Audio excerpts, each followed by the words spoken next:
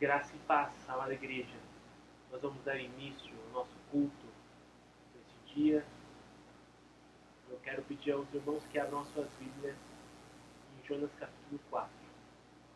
Nós estamos num tempo de estudo, mesmo em tempos difíceis, nós não podemos deixar de fazer aquilo que é um ponto fundamental na nossa caminhada, na nossa vida, que é buscar orientação na palavra do Senhor. Então, esse texto, eu tenho certeza que vai falar em nossas vidas, vai nos exortar, especialmente nesses tempos difíceis que nós vivemos. Então, eu peço para que os irmãos prestem bastante atenção. É um processo de adaptação, de estudo e de pregação que nós vamos viver juntos. Eu quero que seja um tempo proveitoso. Então, vamos nos acomodar aí, você se assente, se acomode. Vamos ter um momento de exortação e estudo da palavra de Deus. Então, eu quero relembrar os capítulos anteriores rapidamente, bem resumidamente. No capítulo 1, nós temos o chamado de Deus a Jonas. Nós vimos como Deus envia um chamado e uma ordem a Jonas. Nós vimos como Jonas desobedece essa ordem. Nós vimos como Deus não respeita a desobediência de Jonas. E vimos como no meio dessa fuga de Jonas, Deus envia uma tempestade sobrenatural. E no meio do desespero dessa tempestade, não há uma outra solução a não ser jogar Jonas ao mar. E no momento que ele é jogado ao mar, a tempestade se acalma. O capitão do barco, os marinheiros, se rendem graças ao Senhor e fazem juramentos. E o capítulo 2 mostra como Deus ouve a oração. O capítulo 2 é o relato da oração de Jonas, no meio do momento em que ele estava afundando ao mar. Se afundando, né? Então, ele sentia um profundo medo e desespero. Ele entendeu nessa oração, nesse momento, que a morte estava muito próxima. E ele clama a Deus no meio dessa angústia. E no momento que ele estava quase morrendo, ele sente falta de cultuar a Deus. Ele lamenta, e no meio dessa oração ele relembra a bondade de Deus, ele relembra a misericórdia de Deus. E ele reconhece que um coração com ídolos é um coração sem utilidade, é inútil. Então ele se arrepende e reconhece que a salvação pertence ao Senhor. Deus escuta esta oração, envia um peixe para salvar Jonas. O peixe engole Jonas. Jonas fica 3 dias e 3 noites no ventre do peixe. O peixe vomita Jonas na praia, na região de Jope. E Jonas então tem que percorrer mais ou menos 800 quilômetros até Nínive. Então temos o capítulo 3, que mostra o perdão de Deus. Jonas, ele prega em Nínive, uma cidade que precisaria percorrer 3 dias de pregação. E no final do primeiro dia, Jonas pregando a seguinte mensagem: ainda 40 dias, e Nínive será subvertida, será destruída. Jonas não prega arrependimento, Jonas prega condenação, porque esse era o desejo do seu coração. Mas Deus abençoa essa pregação. Ele não esperava, talvez ele não esperasse isso, mas Deus abençoa a pregação de Jonas. E essa pregação comove o povo e chega aos ouvidos do rei de Nínive. Então, no meio disso, o rei se arrepende, decreta jejum em Nínive. Nenhum homem, nenhum animal poderia comer. Obriga todos a usarem panos de saco como roupas para demonstrar humilhação e humildade. Ele decreta que todos deveriam clamar a Deus e a conversão como uma exigência do rei. Deus escuta isso. Ele toma uma decisão que está lá no capítulo 3, versículo 10. Viu Deus o que fizeram? Como se converteram do mau caminho. E Deus se arrependeu do mal que tinha dito que lhes faria e não fez. Então, no meio disso tudo, meus irmãos, o capítulo 3 ensina a respeito desse amor, como Deus ouve o clamor de uma nação e perdoa e é capaz de perdoar. E agora, no capítulo 4, nós vamos encerrar tendo uma reflexão a respeito da soberania de Deus.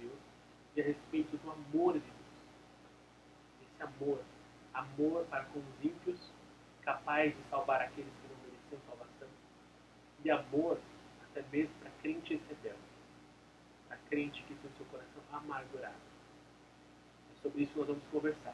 Então, o capítulo 4, meus irmãos, é o registro da reação do profeta Jonas diante do perdão de Deus, como Deus perdoa os ninivitas, e também é a própria reação de Deus, o ensino de Deus diante da reação de Jonas. Então é isso que nós vamos falar. O ponto central aqui desse livro, eu creio, que é nos ensinar sobre a soberania de Deus, como a salvação pertence ao Senhor, e como o guiar da história da humanidade, ou de um povo, ou de um profeta, vem do Senhor, e não daquilo que nós desejamos ou nós queremos. Então eu quero que vocês tenham em mente isso. Eu quero também relembrar aos irmãos que o profeta Jonas foi salvo por Deus. Ele havia experimentado a misericórdia e esse amor de Deus várias vezes. Mas ele não quer que os ninivitas experimentem a mesma coisa. Ele não deseja isso. Quando os ninivitas se convertem, se arrependem dos seus caminhos, dos seus maus caminhos, dos seus pecados, ele se ira. Jonas fica irado. Jonas fica irado porque Deus salvou os ninivitas. Jonas queria a condenação de uma nação. E hoje nós vamos ver como Deus continua tratando no coração de Jonas. Um homem que retorna aos caminhos do Senhor, mas com a motivação ainda errada do seu coração. Então vamos começar vendo a reação de indignação de Jonas diante da misericórdia de Deus. Olha o versículo 1 do capítulo 4.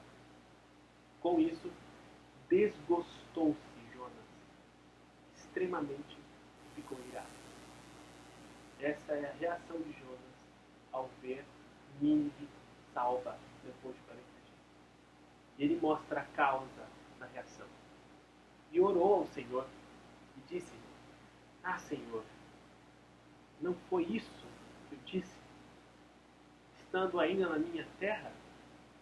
Por isso me adiantei, fugindo para Tarsis, pois sabia que és Deus clemente e misericordioso, e tardio em graça e grande em benignidade, e que te arrependes do mal.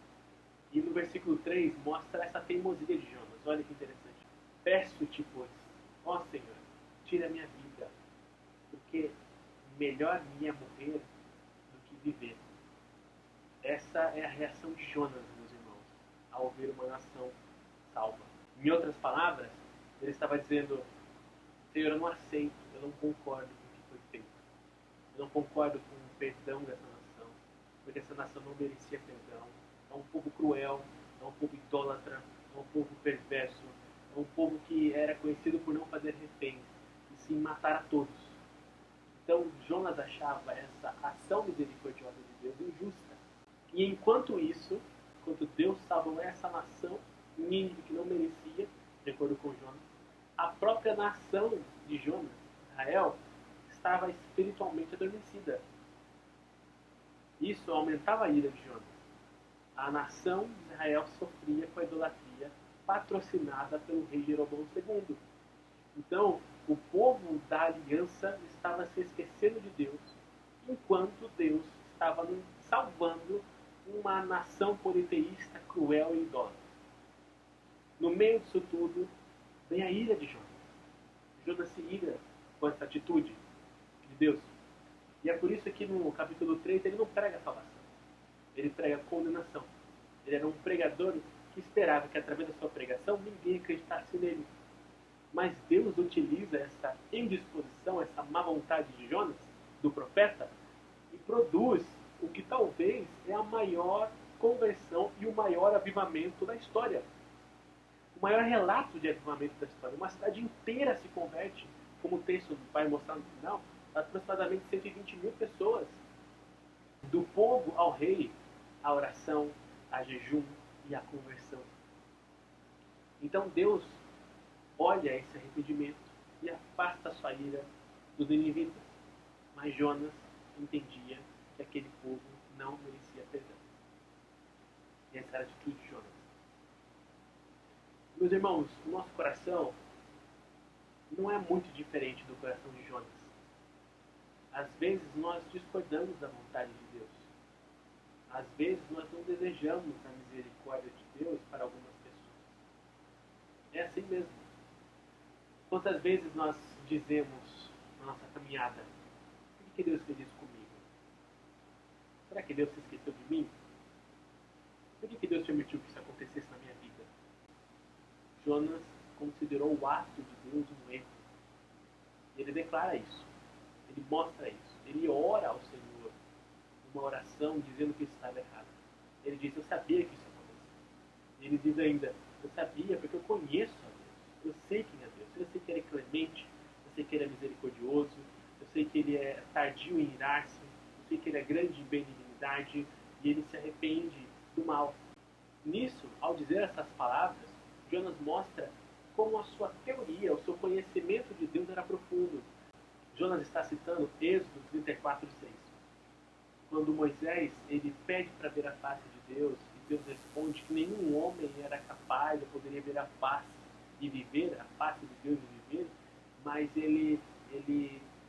Deus diz que vai proclamar a sua bondade diante de Moisés, e Moisés vê uma fração disso tudo, e como resposta, lá no versículo 6 do capítulo 34, ele diz: e passando o Senhor diante dele, no momento que ele vê, ele clamou, dizendo: Senhor, Senhor, Deus compassivo, clemente, longânimo, de grande misericórdia e fidelidade, que guarda a misericórdia em 1000 gerações, que perdoa a iniquidade e transgressão do pecado. Foi assim que a nação de Israel conhecia a Deus. Esse era um texto que as pessoas conheciam. E Jonas tinha esse conhecimento da palavra de Deus.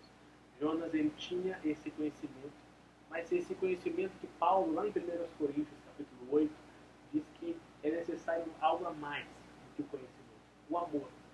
Mostra em 1 Coríntios, capítulo 8, versículo 1, diz assim: o saber ensoberbece, mas o amor edifica.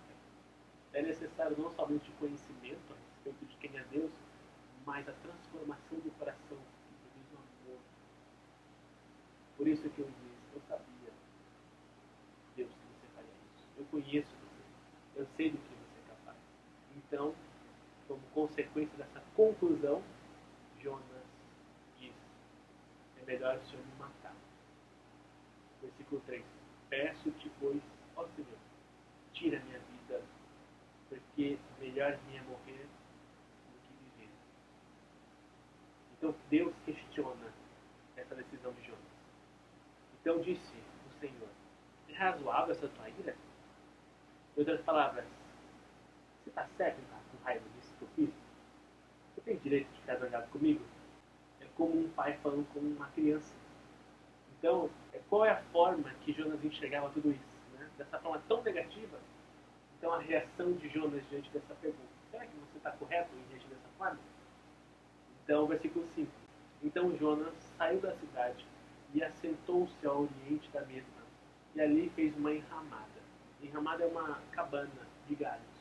E repousou debaixo dela, à sombra, até ver o que aconteceria na cidade. É interessante essa ação de Jonas, porque o que será que Jonas estava esperando para ver o que iria acontecer na cidade?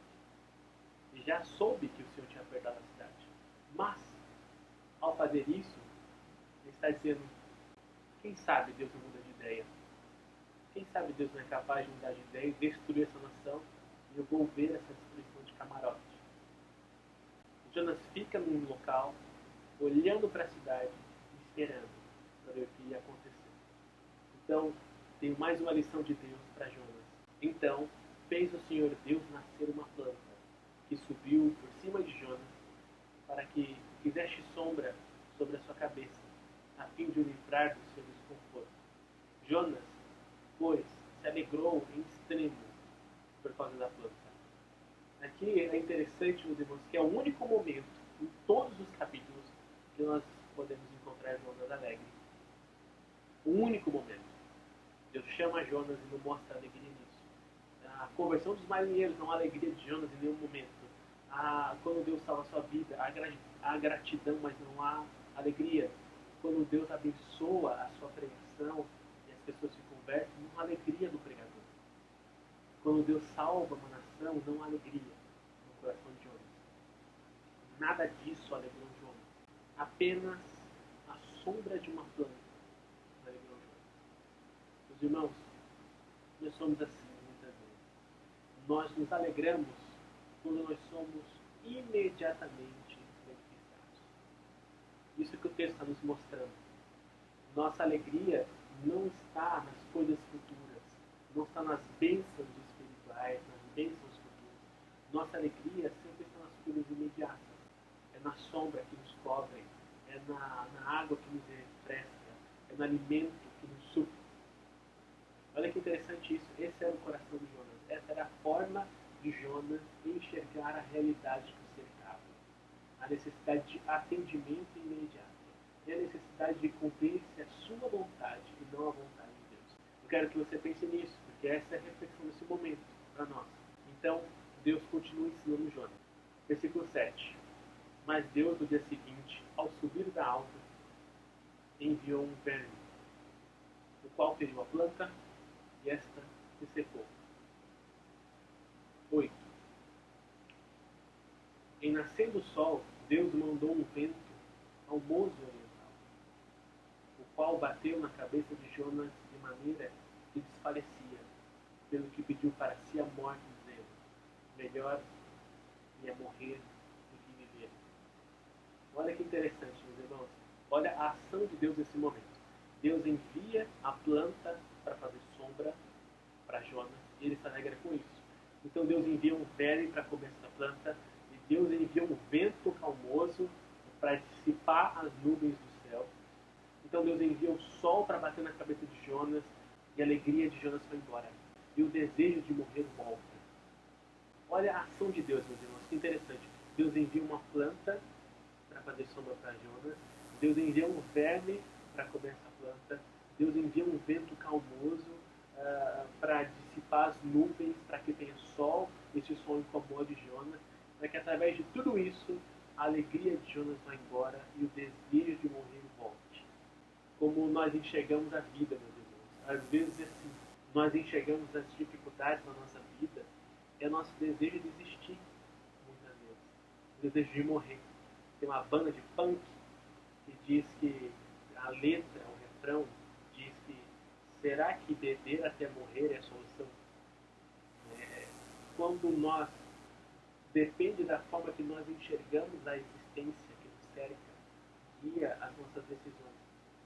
Nós podemos ver a existência de todas as coisas diante dos nossos olhos como a criação de Deus que é conduzida pela soberania de Deus Altíssimo, ou apenas tristeza, angústia e desânimo, a ponto de considerar a morte uma solução. Como você enxerga na sua vida? Deus continua tratando isso. Jonas não estava entendendo a soberania de Deus na história, na sua vida. E ele continua aqui. A próxima pergunta, versículo 9, é de Deus a Jonas. Então perguntou Deus a Jonas: é razoável essa tua ira por causa da planta? Ele respondeu: é razoável a minha ira até a morte. Mais uma vez, Deus age como um pai, dizendo: você está certo em agir assim? E a resposta, pela terceira vez, de Jonas foi: eu prefiro morrer, o desejo da morte. Mas Deus aqui, mais uma vez, como um pai amoroso, continua ensinando a Jonas a respeito da sua soberania. Versículo 10. Tornou o Senhor: tens compaixão da planta, que te não custou trabalho, a qual não fizeste crescer, que numa noite nasceu e numa noite cresceu. E não hei de eu ter compaixão da grande cidade de Nínive, em qual há mais de 120 mil pessoas, e que não sabem discernir entre a mão direita e a mão esquerda, e também muitos animais? Esse livro se encerra com uma pergunta, justamente para que a gente possa responder. Jonas sentiu compaixão e tristeza da planta que tinha dado sombra para ele. Ele se apegou a essa planta. E essa planta durou apenas um dia. Mas Deus deixa claro que ele mesmo tinha feito essa planta. Até isso Deus tinha feito. até alegria no coração de Jonas. A sombra que Jonas recebeu pela planta foi dada por Deus. E se é Deus que dá, é Deus que pode tirar. Essa é a soberania de Deus. Jonas termina o seu livro com uma pergunta para os seus leitores. E responder essa pergunta nos faz entender como nós enxergamos a realidade. A pergunta aqui é: pode Deus salvar pessoas que não merecem ser salvas? A pergunta aqui é: pode Deus conduzir a humanidade sem considerar a minha vontade, o meu desejo? Porque se o meu desejo não for isso, pode Deus fazer aquilo que eu não quero?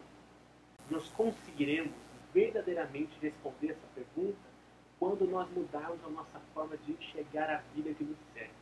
É isso. Esse é o ponto central. É entender a soberania de Deus. Entender que a salvação pertence ao Senhor. E entender isso, meus irmãos. Entender como Deus guia todas as coisas. É entender e é mudar a forma de enxergar todas as coisas. Isso que é impressionante. Porque quando nós entendemos que o Senhor é soberano, nós vamos, mesmo em tempos difíceis como esse que nos cercam, meus irmãos, viver uma vida grata, confiados no Senhor. Por isso, para encerrar, meus irmãos, a grande aplicação desse texto é como você enxerga a situação presente na sua vida. Como você enxerga essa situação de pandemia que nos cerca por conta do coronavírus. Como que você consegue enxergar essa realidade presente hoje? Será que nós vemos apenas a tensão que nos cerca, a desesperança, ou o medo da morte, ou o medo do caos? Será que nós apenas enxergamos as dificuldades que nos cercam, as dificuldades de viver uma quarentena, como muitos de nós estamos vivendo, da crise financeira que nos cerca, meus irmãos, nos próximos meses, do medo de falta de comida, do medo da falta de segurança que isso pode causar? Nós perdemos a paz. Será que essa é a forma que nós enxergamos a realidade hoje? Mas, se nós aprendermos com esse ensino de Deus, com essa comunicação de Deus com Jonas, nós podemos nos lembrar do Deus que conhece e conduz todas as coisas. É necessidade de nos lembrar, assim como Jonas se lembrou, mas aplicou errado, os atributos de Deus. Quem é Deus? Nós temos um Deus, meus irmãos, que mesmo em tempos difíceis, é um Deus imutável. Um Deus que é perfeito e não muda de opinião. Nós temos um Deus onipresente, que tem essa presença infinita. Nós temos um Deus onipotente que era poderoso, ele é o mais forte, ele possui todo o poder. Nós temos um Deus onisciente que controla todas as coisas. E quando nós entendemos isso, quando nós nos lembrarmos disso, meus irmãos, isso vai mudar a nossa forma de enxergar as dificuldades que nos cercam. É Deus que conduz a nossa vida. É Deus que nos conduz a nossa vida, e a necessidade também que nós temos de nos relembrar da nossa situação. Romanos capítulo 3, versículo 10 ao 12, diz: não há justo nenhum sequer, não há quem entenda, não há quem busque a Deus, todos se extraviaram, todos se fizeram inúteis, não há quem faça o bem, não há nenhum sequer capaz disso. Quando nós entendemos a nossa situação como nós éramos, nós entendemos quem Deus é e quem Deus sempre vai ser. E quando nós entendemos essa ação divina do Senhor, esse amor que Deus tem que ensinar Jonas, salvando uma nação, mas Jonas não entende, quando nós entendemos esse amor, meus irmãos, então a nossa forma de enxergar a realidade vai mudar. Porque em Efésios capítulo 2, versículo 4, diz: mas Deus, sendo rico em misericórdia, por causa do seu grande amor com que nos amou, estando nós mortos em nossos delitos, nos deu vida juntamente com Cristo, e pela graça sois salvos, e juntamente com Ele nos ressuscitou e nos fez assentar nos lugares celestiais em Cristo Jesus. Meus irmãos, compreender isso, compreender quem é Deus, compreender como nós éramos, e compreender aquilo que nós nos tornamos, graças à obra soberana e graciosa do nosso Senhor, muda tudo. Muda a forma que nós enxergamos a realidade que nos cerca. Dizendo isso, meus irmãos, eu não estou dizendo que tempos alegres de sombras, uma planta com uma sombra de Jonas, nos aguardam. E talvez não seja isso mesmo. Mas entender que Deus é soberano e vai guiar a história, não como nós queremos, mas como Ele quer. E Ele já guiou essa história lá antes de todas as coisas, tendo misericórdia da nossa vida. Isso deve mudar. Isso deve mudar. E o meu desejo é que você possa entender isso nesse momento. Entender como Deus guia todas as coisas. Esse é o meu desejo. Que Deus abençoe a sua vida e que a nossa compreensão a respeito da soberania de Deus na história de todas as coisas possa aumentar depois disso. Que nós possamos ter um coração disposto mais a entender a misericórdia do Senhor na nossa vida e possamos ter esse desejo de que, assim como o Senhor teve misericórdia na nossa vida, as pessoas que nos cercam possam experimentar dessa misericórdia. Deus abençoe a nossa igreja. Deus abençoe a Igreja Presbiteriana Peniel, a cada um de nós. Nós vamos orar nesse momento. Feche os seus olhos e ore comigo. Bondoso Deus, amado Pai, Deus soberano, Criador de todas as coisas, que o Senhor tenha misericórdia. Tenha misericórdia da nossa vida e da forma como nós enxergamos a existência de todas as coisas. Possamos ser servos do Senhor, não tão autocentrados, que nossa vontade não seja o guia da nossa vida, mas que possamos entender a sua soberania cada vez mais e através disso, Pai, nós possamos descansar no Senhor, sabendo que aquilo que o Senhor tem reservado para o nosso futuro, próximo e distante, é a demonstração daquilo que o Senhor reserva para nós. Nós confiaremos nisso. Continua cuidando da nossa vida. Nós oramos assim, em nome e por amor de Jesus, que é a nossa única e suficiente esperança, hoje e eternamente. Amém. Muito obrigado a todos os irmãos. Deus abençoe a vida de cada um. Eu quero pedir um favor para você. Se você chegou ao final dessa mensagem comigo, eu quero pedir para você enviar uma mensagem no WhatsApp mostrando que você recebeu esse sermão, que você chegou até o final. Eu preciso desse feedback. Eu preciso ver quantas pessoas estão recebendo e estão participando do nosso culto. Tá? Isso é um culto, meus irmãos. Nós estamos cultuando a Deus. Então eu quero que você envie uma mensagem para mim. O meu desejo, a minha alegria, vai ser em receber a mensagem de todos os membros da nossa igreja. Tá bom? E se você caiu de paraquedas